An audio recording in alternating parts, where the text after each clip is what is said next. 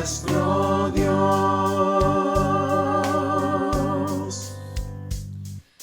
Admirable es nuestro Dios, Él reina con todo poder, con sabiduría y amor. Admirable es nuestro Dios, admirable es nuestro Dios, Él reina con todo poder, con sabiduría y amor. Admirable es nuestro Dios, admirable es nuestro Dios, Él reina con todo poder, con sabiduría y amor. Admirable es nuestro Dios, admirable es nuestro Dios, admirable es nuestro Dios. Santo, santo, santo, Dios todopoderoso, ¿quién fue, quién es y quién vendrá? La creación le canta y damos gloria a Él. Tú eres digno por siempre y siempre. Santo, santo, santo, Dios todopoderoso, ¿quién fue, quién es y quién vendrá? La creación le canta y damos gloria a Él. Tú eres digno por siempre y siempre.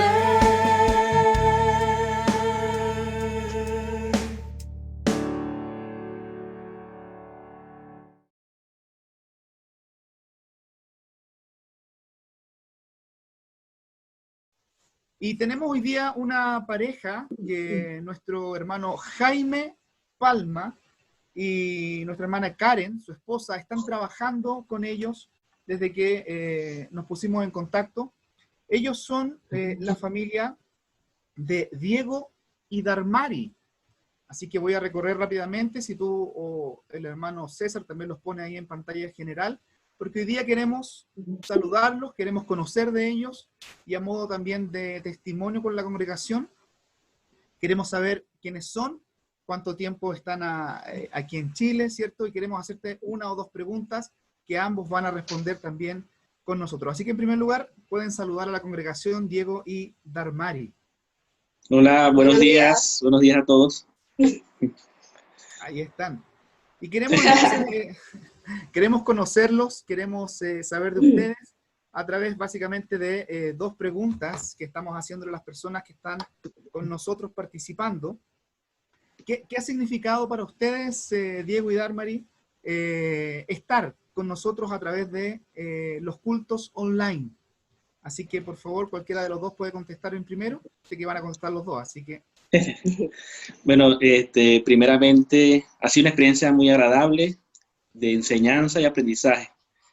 Ya debido a la situación, bueno, no ha quedado otra manera que sea a distancia, pero ha sido una bendición ya que nos ha permitido conocerlos, conocer la doctrina que imparten y ver cómo tienen una buena comunión entre hermanos en la iglesia. Así es muy bonito todo eso. Bien. Darmari.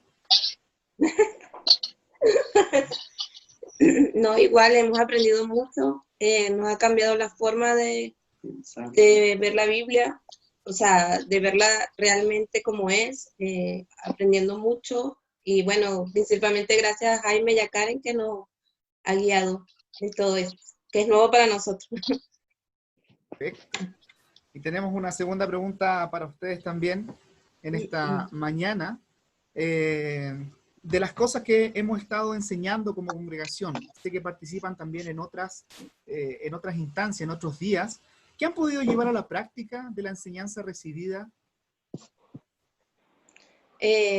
Bueno, hemos cambiado nuestra forma de pensar, somos más responsables, somos más, sabemos diferente todo porque como dice la palabra, nos ha cambiado totalmente. hemos sido menos soberbios, hemos sido más amables, y Dios, o sea, nos ha cambiado en muchas cosas, nos ha abierto la mente.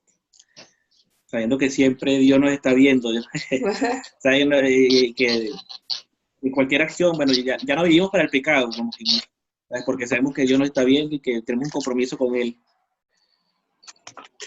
Perfecto. Mejorar Queríamos conocerles entonces a ustedes, Diego y Darmari.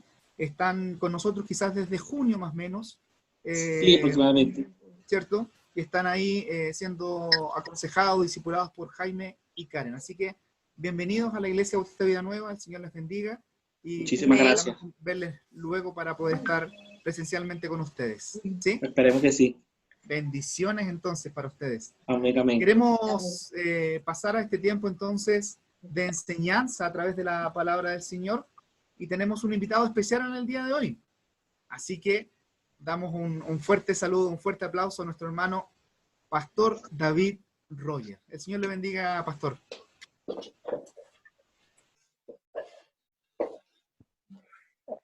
Muchas gracias, Pastor Jensen. Buenos días a cada uno. Qué gozo es ver crecer nuestro número esta mañana en las pantallas, en los dispositivos. Ya, qué bonito también ver que estamos siendo usados por Dios para conocer a personas como Diego y Darmari y otros más que son nuevos, que hoy día le damos la bienvenida. Nuestra iglesia ya llevamos 4 meses sin poder reunirnos, y durante estos meses Dios nos ha ido hablando a través de su palabra en diferentes formas. Y hace algo de unos 8 meses empecé un estudio en mi propio tiempo devocional que está enfocado en las enseñanzas de Jesús y en los evangelios particularmente. Y los evangelios, si uno los ve en forma paralela, no siempre se alinean. ¿Qué quiere decir? No siempre es exactamente lo mismo que se ve en cada uno de los evangelios. Y a veces aparecen o uno lee algunos dichos que son un poco difíciles de entender. Estos dichos, espero durante el mes de agosto, algunos de ellos, tratar de dilucidar, y en alguna manera espero también ayudarles a que puedan ustedes y nosotros entender y aplicar estos dichos a nuestras vidas. Ahí estamos mirando, ¿verdad?, el título que tengo para este mes. Esto me hace pensar en lo que ha pasado algunas veces cuando uno tiene que comprar un par de zapatos nuevos. Yo recuerdo cuando algunas veces mis papás me sacaban a comprar un par de zapatos nuevos, era como todo un momento emocionante. Yo soy hijo de pastor y éramos 5 hermanos. Y mis padres fundaban iglesias nuevas en los Estados Unidos, por lo cual nuestro nivel económico era bastante, se puede decir, ajustado. Entonces, cuando venía la oportunidad de comprar un par de zapatos nuevos, era un momento importante, era como algo sobresaliente en el transcurso de la vida de uno. Pero cuando llevaba ese par de zapatos nuevos a la casa y empezaba a usarlos, me daba cuenta después que el zapato era incómodo, que a veces apretaba. Por ejemplo, sobre todo si eran zapatos de cuero o eran zapatos de vestir. No así las zapatillas que son hechas de tela o de un género más blando, una lona, algo por el estilo. Pero los zapatos de cuero costaban adaptarse a mi pie o mi pie a los zapatos. El cuero era rígido, la suela era muy lisa, hasta que los usaba un tiempo. Bueno, cuando uno se da cuenta de algunas de las enseñanzas de Jesús, uno tiene que también entender que no siempre lo que decía era cómodo. No siempre lo que decía era fácil de entender. Pero con el pasar del tiempo, uno va adaptándose y reconociendo cómo esta enseñanza debe implementarse en la vida de un creyente.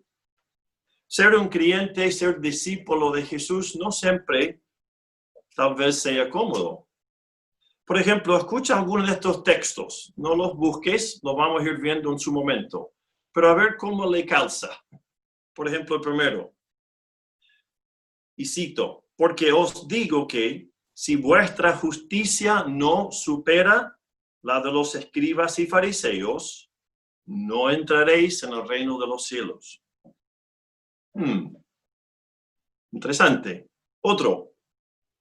Y otra vez os digo que es más fácil que un camello pase por el ojo de una aguja que el que un rico entre en el reino de Dios. O y espero ver este versículo hoy día con ustedes. Sígueme, dijo Jesús, y deja que los muertos entierren a los muertos. ¿De qué está hablando el Señor aquí? Bueno, ¿me está entendiendo? Algunos dichos no son tan fáciles de entender a buena y primera, y necesitamos meditarlas y mirarlas de cerca y examinarlos. A través de los evangelios, de los 4 evangelios, lo cual compone una porción muy importante en la palabra de Dios, vemos que la enseñanza de Jesús estaba enfocada en hablar a los discípulos. Pero ¿por qué usaba el término discípulo? Un discípulo en aquel tiempo no era ninguna persona de fama o de quizás posición. Un discípulo era simplemente un alumno. Se podría haber usado cualquier otro término, podría haber dicho súbditos inclusive, como él era un rey, o podría haber dicho hijos de la fe, o los del camino, como vemos luego en Hechos, que se les llama los del camino. Pero el término más común en los evangelios es discípulo. ¿Qué hay en el nombre discípulo?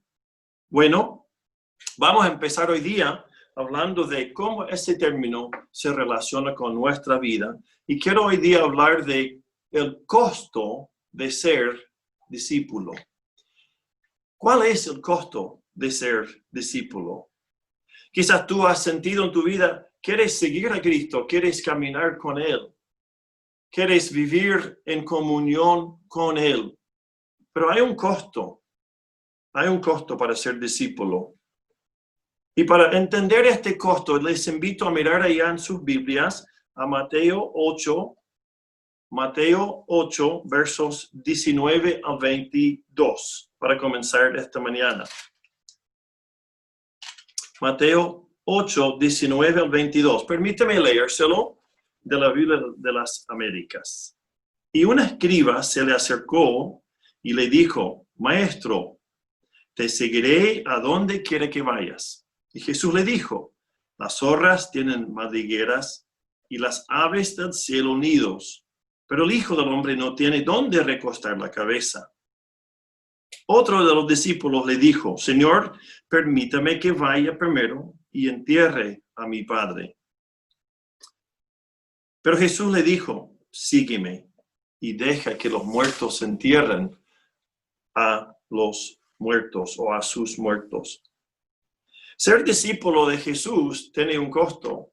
Y aquí en este primer dicho, o estos primeros 2 dichos que vemos de Jesús, versos 20 y 22, entendemos que Jesús está interesado en 2 áreas de la vida del discípulo. Primero, lo que es sus comodidades, y segundo, lo que son sus relaciones familiares, sus relaciones con otros que hay en su vida.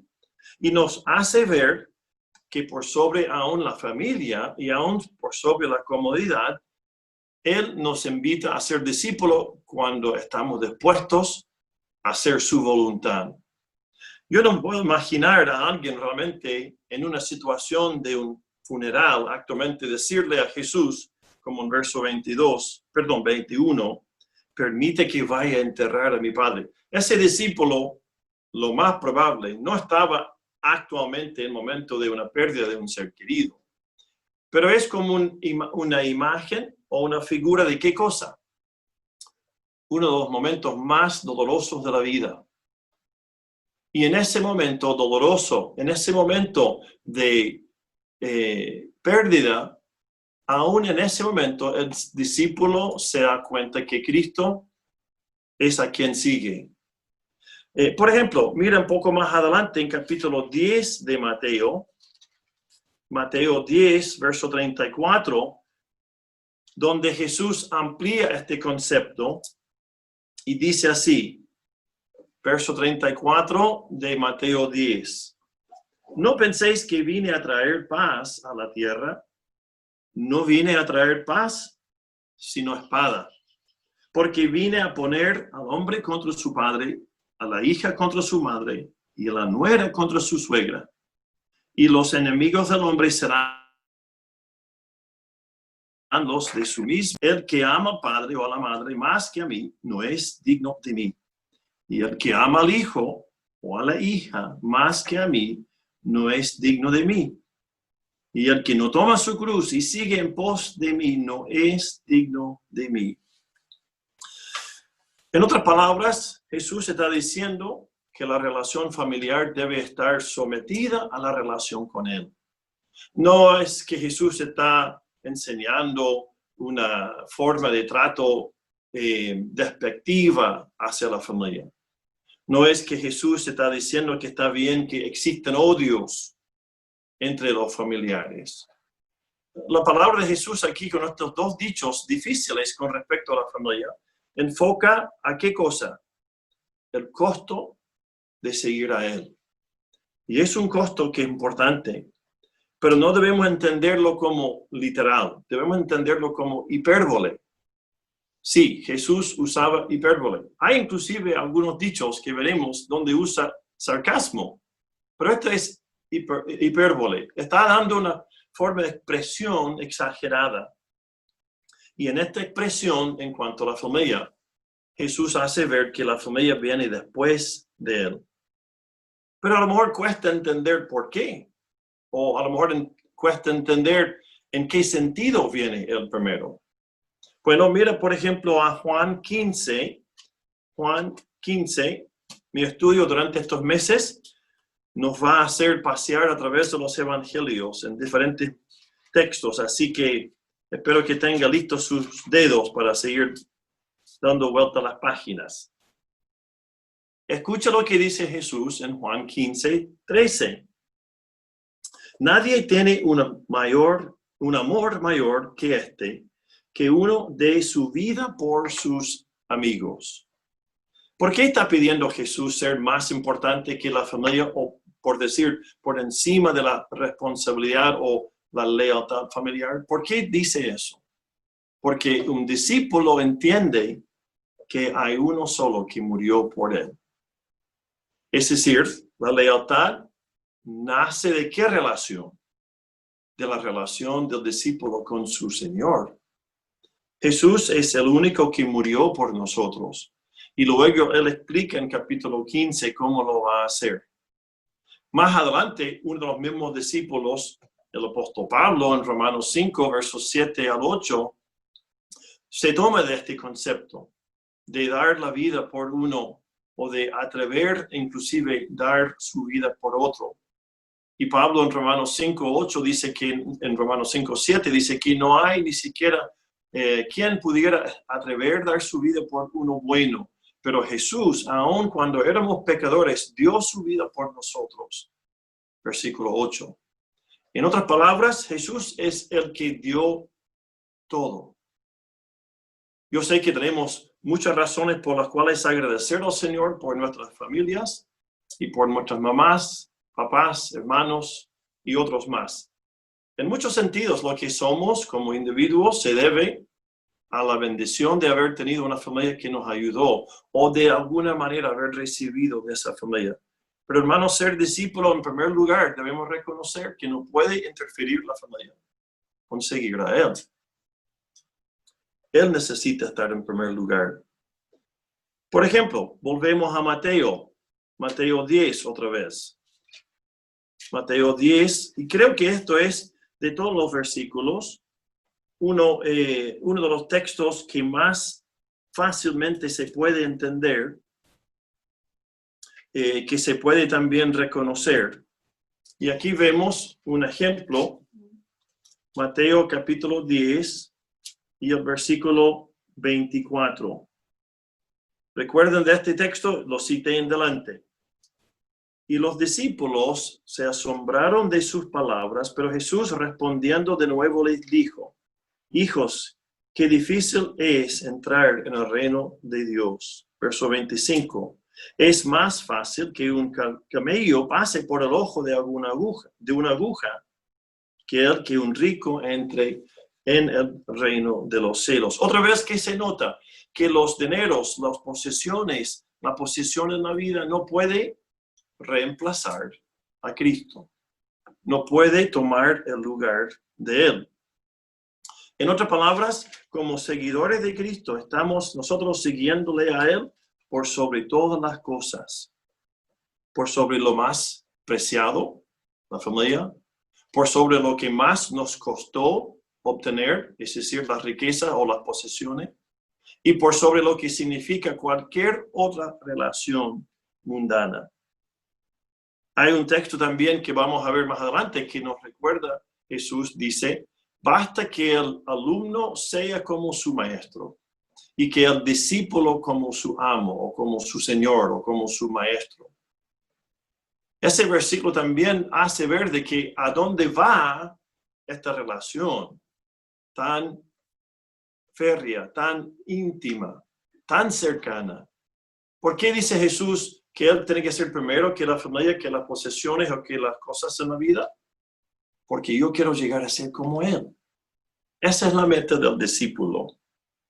Cuando Jesús explicó esta relación de discípulo hacia su Señor o hacia su Maestro, habló de algo muy, muy interesante, cosa que en cierto momento de su ministerio causó un revuelo, causó rechazo. ¿De qué habló? Habló de esta relación íntima con el Padre. Mira Juan 6. Juan capítulo 6 es quizás de todas las enseñanzas de Jesús una de las más extensas. Es bien contundente y es bien amplia la enseñanza. Yo solamente quiero mostrarle 2 o 3 versículos en este texto. Juan capítulo 6. Y aquí Jesús pone de relieve lo que es la intimidad del discípulo con su Señor. Comenzamos leyendo versículo 45, Juan 6, 45. Escrito está por los profetas, esto es Jesús hablando, y todos serán enseñados por Dios. Todo el que ha oído y aprendido del Padre viene a mí. ¿Qué es lo que dice Jesús?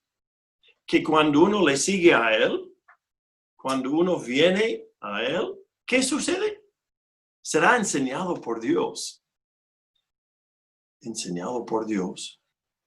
¿Me quiere decir que entonces yo voy a tener alguna especie de relación cara a cara con Él? No directamente. Porque nadie ha visto jamás a Dios. Y no podemos en nuestra condición pecaminosa verlo. Pero cuando habla Jesús de ser enseñado por el Padre, está hablando de esto de a ser transformado por su palabra, a ser renovado y a ser conocedor de Dios. ¿Qué te imaginas cuando estaba quizás este grupo de discípulos, según el comienzo del capítulo 6, era un número grande? ¿Te puedes imaginar cómo se miraban uno al otro? ¿Qué dijo? ¿Ser enseñado por Dios? Sí, está citando un texto del Antiguo Testamento.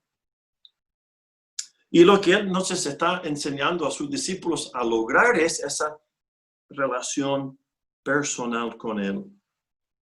Entonces, no es tan realmente aquí una expresión metafórica, no es una expresión ilustrativa, es realmente lo que debe buscar el discípulo, ser enseñado por el Padre.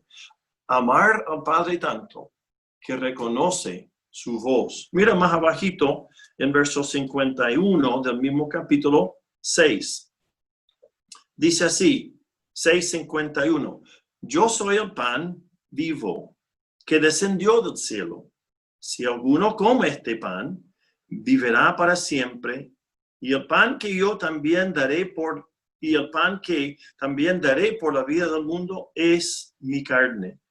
Verso 52. Entonces los judíos contendían entre sí, diciendo, ¿cómo puede éste darnos a comer su carne? Aquí produjo Cristo un choque. Esto es uno de sus dichos difíciles. Inclusive ahí más adelante en verso 60 dice que muchos de los discípulos dijeron, ya olvídalo si este tipo está loco. Este no sabe de qué está hablando, está fuera de sí. Esto fue un punto crítico y Juan lo muestra en su evangelio como un punto giratorio o un punto de cambio en la actitud pública hacia Jesús. ¿Qué está diciendo Jesús? Le está diciendo que debe comer de sí. Un poquito más adelante dice, verso 56, el que come mi carne y bebe mi sangre permanece en mí y yo en él. Pero esto costó tanto entender que fue chocante para los discípulos.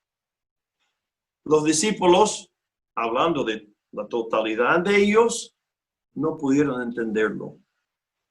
Pero Jesús está diciendo simplemente en versículos 56 al 57 que Él les daba vida. Mira versículo 57, 55 al 57. Como el Padre que vive me envió, y yo vivo por el Padre, fíjese en esa dependencia de Jesús. Como yo vivo por el Padre, verso 57 dice, asimismo, el que come mi carne también vivirá por mí. ¿Qué está diciendo Jesús? Tienes una sola fuente de nutrición, de vida, de alimento como discípulo de Jesús. Esa fuente es Jesús. Es Él mismo. Él te da la vida. Él me da la vida. Él me da todo lo que tengo. Hermanos, ¿de qué está hablando Jesús? Está hablando de una relación tan personal, tan directa, que dependemos literalmente de Él por nuestra propia vida. Entonces, seguir a Jesús no es saber de Él, no es meramente aprender de Él. Es unirse con Él. Es entrar en una relación íntima con Él. Hasta ahora podríamos quizás resumir el discipulado de esta manera. Falta más que ver, pero quiero resumirlo así. ¿Cuál es el costo del discipulado? Es un costo de sumisión completa a Jesús como Rey. Segundo, es darle permiso a Jesús transformarme. Y tres, es vivir esa sumisión y esa transformación en el contexto de la familia de Dios, en el contexto de la iglesia. Ahora, vamos a ver de dónde viene esa tercera parte, porque todavía no la mostramos. Pero las primeras dos sí, la voy a repetir. ¿Qué significa el costo discipulado? Ser sumiso a Jesús en todo, ser transformado por su verdad y vivir esas dos realidades en el contexto de la iglesia local. Hemos considerado dos dichos o tres dichos respecto a la familia. Ahora vamos a ver un par de dichos respecto a la aptitud del discípulo. ¿Dónde los vemos? Ahora cambiamos a Lucas. Lucas 9. Ahí en la casa quizás algunos niños levantaron la oreja cuando dije Lucas, pensando en la casa de algunos de nuestros hermanos. Lucas 9, 57. Déjeme leer este pasaje, por favor. Realmente es el último que voy a leer, que nos interesa en este momento, pero necesitan refrescar su memoria de qué está hablando Jesús. Lucas 9, 57. Y mientras ellos iban por el camino, uno le dijo, te seguiré a donde quiera que vayas. Y Jesús le dijo, las zorras tienen madrigueras y las aves del cielo nidos, pero el Hijo del Hombre no tiene dónde recostar la cabeza. A otro dijo, sígueme, pero él dijo, Señor, permíteme que vaya primero a enterrar a mi padre. Mas él le dijo, deje que los muertos entierren a sus muertos, pero tú ve y anuncia por todas partes el reino de Dios. Hasta ahí repaso. Ahora fíjese en verso 61. También dijo otro, te seguiré, Señor, pero primero permíteme despedirme de los de mi casa. 62. Jesús le dijo, nadie que después de poner la mano en el arado mira atrás, es apto para el reino de los cielos o el reino de Dios. Ahora, en primer lugar hablamos de esa relación de discípulo. Aquí vamos a hablar del proceso de transformación en familia. Y él aquí entonces hace ver lo siguiente. El que tiene su atención dividida no es apto para el reino de Dios. Hay tres tipos de distracciones que el pasaje nos muestra y los vimos en versículo 58, comodidades. De eso hablamos un poquito, mencioné. Las comodidades de la vida, eso es una distracción que para muchos no logran superar como discípulos. Les come todo su esfuerzo, les absorbe todo su pensamiento, todo su recurso, todo su tiempo. Y entonces hay quienes nunca logran dejar de lado las comodidades para seguir a Jesús, porque lo único que quieren es estar bien, estar cómodo. Si tú estás en esa posición, puede que estés peligrando tu relación de discípulo. Segunda distracción, versículo 60. Deje que los muertos entierren a sus muertos, dice Jesús. Para algunos es el dolor, la tristeza, la pérdida, que es una distracción. Y estoy enumerando estos tres porque si no, no se va a entender el verso final. Claro, algunos en el momento de pérdida se vuelven en contra de Dios y dicen, pero Dios, ¿cómo tú pudiste dejar que muriera mi mamá, muriera mi hijo, muriera tal persona? El dolor es difícil, pero no es más de lo que es ser discípulo. Y este tercero, ¿qué es? Déjeme despedirme de mi casa. Los sentimientos, los afectos naturales de la familia. Son tres distracciones que él toma en mente: comodidades, dolor, sentimientos. Pero estos tres, dice el Señor Jesús, pueden cortar tu aptitud. ¿En qué sentido? En que te distrae. ¿A qué va Jesús? Mira el verso 62. Ninguno que después de poner la mano en el arado es digno si mira atrás. ¿Cuál es la figura? Antes que vemos una imagen, antes de ver la imagen, vaya conmigo al primer libro de Reyes 19. Marca aquí en Lucas, volveremos enseguida. Yo creo que Jesús estaba recordando una historia que leyó. Primer libro de Reyes, capítulo 19. Porque esta historia suena tal cual como Jesús está enseñando acá. ¿Se acuerda de Elías y Eliseo? Elías es el famoso profeta de Israel que en muchos sentidos vino a ser considerado como el estándar del profeta israelita. Elías hizo y dijo y enseñó cosas que a través del resto de la historia de Israel se volvieron a enfatizar. Pero mira esta historia. Primero de Reyes, capítulo 19, verso 19. Voy a leérselo 3 versículos. Y partió de ahí y encontró a Eliseo. ¿Quién partió? Elías. Y él encontró a Eliseo, hijo de Safat, que estaba arando con 12 yuntas de bueyes delante de él. Y él estaba con la última. Espérese. ¿Con cuántos yuntas de bueyes? 12. ¿Te puedes imaginar 24 bueyes tirando un arado?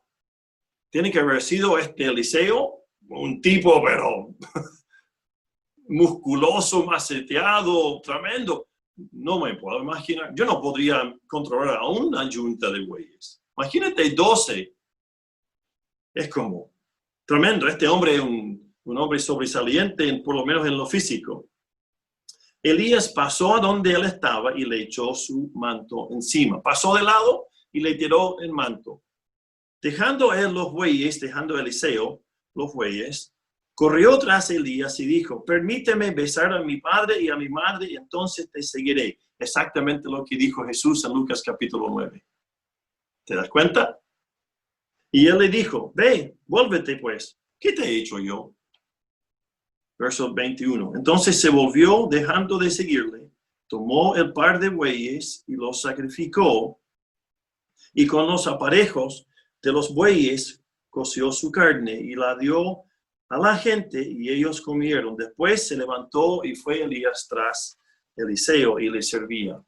Esta historia es exactamente ¿cómo se llama? Una síntesis de lo que está diciendo Jesús.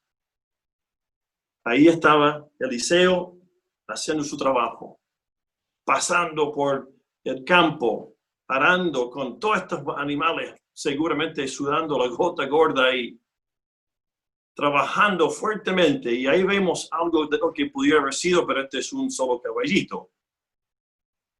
Y es más, el que está arando tiene un ayudante en la imagen.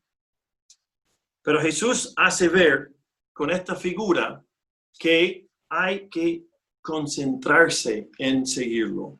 Porque Eliseo estaba distraído con todo su esfuerzo, con todo su aparataje, con toda su familia. Y tuvo que dejar eso para seguir a Elías. Pero lo interesante es que en esa historia, Eliseo primero hace una fiesta para despedirse de la familia. Y yo pensándolo, dije, volviendo ahora a Lucas 9, decía, Jesús no quiere que ni siquiera se haga fiesta. Porque así de concentrado tiene que estar el que va a seguir a Jesús. La pregunta es, ¿soy apto para el reino? Bueno, si tengo mi concentración dividida, eso me descalifica. Este es un dicho duro, hermanos. Esta es una calificación de Jesús. Pero si yo quiero primero preocuparme de ganar un buen ingreso, puede que eso me descalifique. Si yo quiero primero resolver dolores personales, eso me puede descalificar. Con esto no quiero decir que Dios quiere que le sirvas lleno de conflictos, pero sí quiere que tú se los des a Él. Él quiere que tú le entregues esos animales. Y Eliseo, en ese sentido, sí, sacrificó a 2. Tiene que haber sido la fiesta, porque un buey, ¿cuántos kilos de carne da? Y él sacrificó a 2. Por eso dice que él le dio a la gente, y seguramente lo repartió en el pueblo, hizo una especie de despedida. Y entonces en ese momento fue y siguió a Elías. Lo que pasa es, volviendo a Lucas 9, vemos que Jesús dice, nadie que después de poner la mano en el arado, mira atrás, es apto para el reino. Mira esta segunda imagen, un poquito más quizás precisa de lo que estamos mirando. Eso sí que es trabajo. Y mira al rostro de ese caballero. Fija su atención. Tiene una mano en el arado y una mano en las riendas. Eso consume toda su concentración, toda su fuerza, toda su capacidad. Y ahora vemos que Jesús está diciendo a los discípulos que le querían seguir, ni las comodidades, ni los problemas personales, ni los sentimientos personales deben interferir en la vida de quien me sigue. Eso es ser apto. Ahora, luego dice, y vamos ahora a ir otra vez a Mateo 9, explica este concepto de ser apto de otra manera. Mire conmigo a Mateo 9, capítulo 9, versos 16 y 17. Mateo 9, 16 y 17. A través de los 4 evangelios vemos repetidos diferentes parábolas. Vemos que Jesús, más que seguro, dijo o usó o se refirió a enseñanzas que había dado en otros momentos. Pero aquí hace una mención de algo que está únicamente, exclusivamente en Mateo. Y es esta figura de una tela nueva con una remienda, una tela vieja, perdón, con una remienda nueva, o un parche nuevo, y un odre viejo con un vino nuevo. Quiero leérselo. 9:16. Y nadie poniendo un remiendo de tela nueva en un vestido viejo, porque el remiendo al encogerse tira el vestido y se produce una rotura peor. Y nadie echa vino nuevo en odres viejos, porque entonces los odres se revientan, el vino se derrama y los odres se pierden, sino que se echa vino nuevo en odres nuevos y ambos se conservan. Aquí hay dos metáforas. La primera es una prenda, una vestimenta, una ropa ya usada, ya lavada, quizás un poquito desteñida, un poco ya la tela se ha acomodado al cuerpo. A esa prenda no se le puede poner, dice Jesús, un parche, un remienda, un parche, un corte de tela nueva. Porque cuando lo vuelvas a lavar, la tela nueva va a romper la tela vieja. No puede funcionar así. Jesús está hablando en esta primera metáfora de qué cosa. Esta enseñanza se la dio al versículo 14. Vemos a los escribas y fariseos y les está mostrando que sus antiguos costumbres, antiguos sistemas, antiguos ritos no sirven para lo que él está queriendo enseñarles. No se pueden juntar. En otras palabras, Jesús está hablando que todos sus tremendos aparatajes, todas sus hermosas y quizás muy elocuentes oraciones o ritos o ceremonias no servían para lo que él quiere hacer. ¿De qué está hablando? El discípulo es uno que tiene algo totalmente nuevo. Tiene una forma de vivir totalmente nueva. Hay un lugar para, por ejemplo, un catedral. Un catedral es un lugar hermoso para quizás meditar. Hay un lugar para, por ejemplo, la solemnidad, para, por ejemplo, meditación. Pero ¿sabes qué? Ni los catedrales, ni la solemnidad, ni las oraciones elocuentes cambian lo interno de la persona. Eso solamente crea un deseo de tener una nueva persona, un nuevo yo, un nuevo corazón. Y Jesús está hablando de que lo antiguo tiene que salir, tiene que dejarse para poder seguirle a él. Fíjese que la pregunta que hizo Jesús, que le hizo el fariseo, era en cuanto a la costumbre de ayunar. El ayunar es una cosa buena. Esa primera metáfora es algo que está mirando algo que que la palabra de Dios enseñó, que fue instruido en la palabra de Dios. Ayunar es una cosa que el Señor pidió de su pueblo. Pero le está haciendo ver que el ayunar por ayunar no sirve. Cumplir una práctica porque solamente hay que hacerlo no sirve. Sin que uno siga a Jesús de corazón, no está apto para vivir en comunión con Él. Nos dice en Hebreos capítulo 10, no tienes que buscarlo ahora, pero puedes anotarlo, capítulo 10, 1-4, que todos los sacrificios anteriores, todos los ritos, todas las vestimentas de los sacerdotes, todas las instrucciones dadas a los levitas y los sacerdotes, eran nada más que una sombra. ¿Una sombra de qué? Una sombra de lo venidero, de lo verdadero, de lo real. Y de eso está hablando Jesús acá en Mateo 9:16. Es toda la tela vieja, hay que ponerla de lado. Necesitas tela nueva totalmente. Y este segundo, quizás no sé si han visto realmente cómo era un odre en esos días. Fíjese en la imagen siguiente y puede quizás ayudarle a dimensionar y apreciar un poquito. Mira este beduino ahí en Palestina. Él tiene ahí colgado, y seguramente por el peso, un odre. Pero si te fijas, puedes ver de cerca dónde eran las extremidades del animal, de la cabrita o del cabro. Puedes ver que el odre podía caber quizás, voy a achuntarle aprox 20 litros de vino. Pero ¿sabes lo que quiere decir el Señor? Que el odre viejo nos sirve para el discípulo de Cristo. Él dijo acá en el versículo, se tiene que echar el vino nuevo en odres nuevos. Muchas veces vemos los odres chiquititos, que son para 1 litro, 2 litros, como una cosa que se llevaba bajo el brazo. Sí, de esos había, pero este es el tipo de odre más común que todavía se usa hoy en día en el Medio Oriente. ¿Cuál es el problema con este odre? No resiste el vino nuevo. Y la segunda metáfora entonces está hablando que debemos nosotros reconocer que caminar con Cristo no entra, no calza, no se combina con mi antigua forma de ser. Él quiere darnos un odre nuevo, un receptáculo nuevo, una bolsa nueva en que llevar esta relación con Él.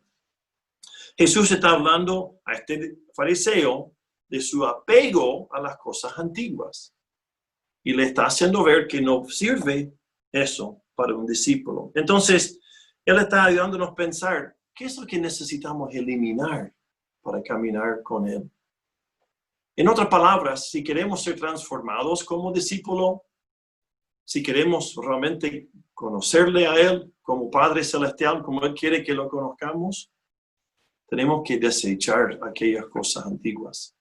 Ahora, en particular, la ilustración que usa Jesús tiene un significado, se puede decir, profético también. Jesús está preparándolos a los discípulos a reconocer que el instrumento que Dios usaría en la tierra para cumplir su plan ya no era Israel, sino que una cosa nueva, un receptáculo nuevo. ¿Cómo se llamaba ese receptáculo? Es la iglesia. Es la iglesia. Más adelante veremos algo sobre eso. Eso es una enseñanza más bien en términos doctrinales de dónde viene la iglesia. Pero en este momento, hablando de transformación en la vida del discípulo, hay que hacerse una pregunta. ¿Estás consciente de los odres viejos en tu vida? ¿O estás consciente de las prendas gastadas que todavía llevas puesto? ¿Sigues siendo más bien apegado a ese par de zapatos cómodos? ¿Cómo te gusta ser? ¿Cómo te gusta pensar? ¿Te gusta, por ejemplo, sentirte cómodo? ¿Te gusta sentirte querido? Todos queremos eso. Pero ¿sabes qué, hermanos? Un discípulo vive por amo, no vive por sí mismo. Y ese concepto antiguo tiene que ser desechado. Si no, nos limita, nos reduce nuestra aptitud. Fíjate que la figura de Jesús en Mateo 9, en estos dos dichos extraños, ambos hacen ver algo. Dice en el verso 16, porque el remiendo al encogerse tira el vestido y se produce una rotura peor. ¿Sabes lo que pasa al creyente que trata de seguir viviendo entre dos mundos? Eventualmente produce un quiebre. Eventualmente el discípulo se da cuenta, no puedo seguir así, dividido entre dos mundos, entre dos formas de ser. No puedo seguir dividido entre mi antigua manera de vestirme, figurativamente hablado, y la nueva forma que Cristo quiere que me vista. Se rompe. O también, verso 17, el vino se pierde cuando el odre viejo se parte. Se revienta ese odre cuando se le pone el vino nuevo adentro. ¿Por qué? El proceso de la fermentación hace que el vino emite gases y expande esa piel hasta qué punto que no resiste más y se cae todo el vino al suelo. Esos dos ejemplos, hermanos, son dos dichos difíciles de Jesús que nos hacen ver lo siguiente. No podemos vivir divididos entre dos mundos. No podemos vivir dividido entre dos formas de ser. El que trata de acomodarse al mundo y trata de acomodarse a la vida cristiana, eventualmente se frustra en ambos. Y uno de los dos tira por la borda. Espero que tú no estés en esa posición, hermanos. ¿Cómo están los antiguos pasos en tu vida? Los antiguos hábitos. ¿Estás dispuesto a rendirlos a Cristo? ¿Te das cuenta que tienes que dejar que Él reemplace tu forma de pensar? Entonces, ahora voy a volver a definir qué es el costo de discipulado, pero le voy a poner un poquito más explicación. ¿Qué se entiende por el costo del discipulado? Es que el discípulo se somete a Cristo, vive en sumisión completa a Cristo. Es que Él realiza la transformación gradual desde adentro hacia afuera. Y es que esos dos objetivos se cumplen en la familia de Dios, es decir, en la iglesia. Un discípulo vive como Cristo, se relaciona con el Padre, vive en comunión con la iglesia. Esta es la vida de un discípulo. Dichos difíciles del Señor, pero ¿sabes qué? Encierran razones importantes. Encierran verdades también significativas.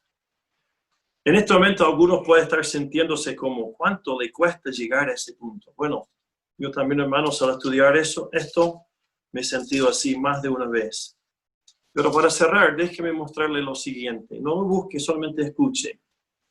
Esto dijo Jesús con respecto a cómo podemos nosotros vivir como su discípulo.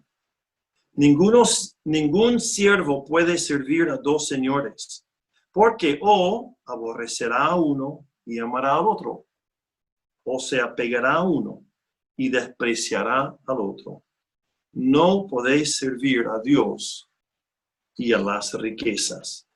Hermanos, el que vive con la mente dividida está destinado al fracaso.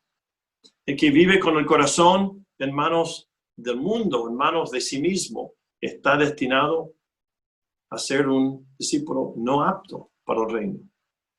Vive con una sola mirada. El discípulo quiere agradar a su amo. Ahora que conoces los primeros dichos del Señor, ¿quieres seguirle más de cerca? Yo espero que sí, porque el costo es grande, pero ¿sabes? La recompensa es más grande. La recompensa de vivir en comunión con Cristo es indescriptible.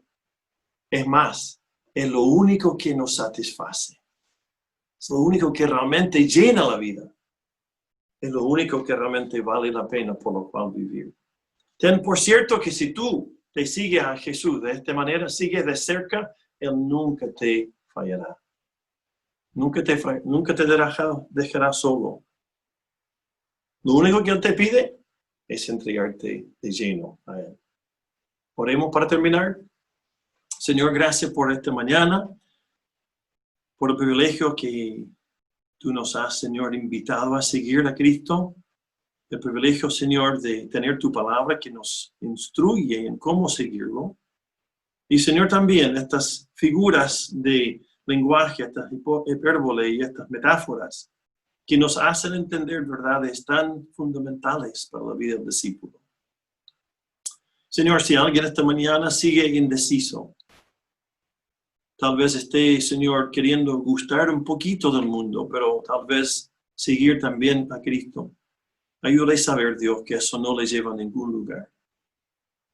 Si alguien está indeciso en cuanto a lo que quiere decir vivir por ti, Señor, tener compromiso contigo, vivir en comunión contigo, muéstrale, Señor, que tú le levantarás, tú le sostendrás, tú le llevarás en tus brazos, así como has prometido a todos aquellos que te sigan. Bendice, Señor, te pido a cada uno de mis hermanos y hermanas en Cristo, para la gloria tuya, para que a través de ellos tu nombre se glorifique.